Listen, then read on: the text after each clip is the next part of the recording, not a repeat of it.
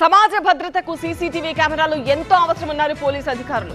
Rachakonda police station పరిధిలో ఏర్పాటు చేసిన సీసీ కెమెరాలను ప్రారంభించారు సిపి సుధీర్ బాబు. సీసీ కెమెరాలతో అవాంఛనీయ ఘటనలకు చెక్ పెట్టొచ్చని తెలిపారు.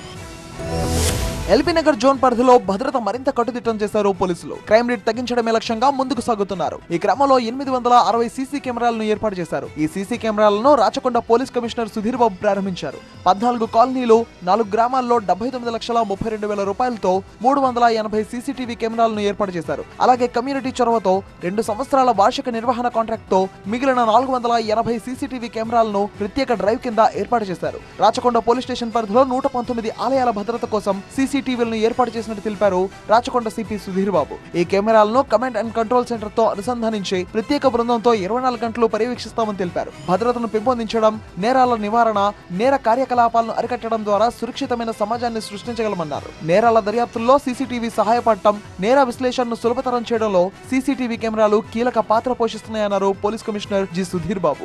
ఆధునిక నేర నివారణ వ్యూహాలలో సీసీటీవీ ఫుటేజ్ ఉనికి కీలకమైన భాగమన్నారు. సీసీటీవీ కెమెరాల సహాయంతో రాచకొండ పోలీసులు అనేక సంచలనాత్మక కేసులను ఛేదించడంలో విజయం సాధించారు.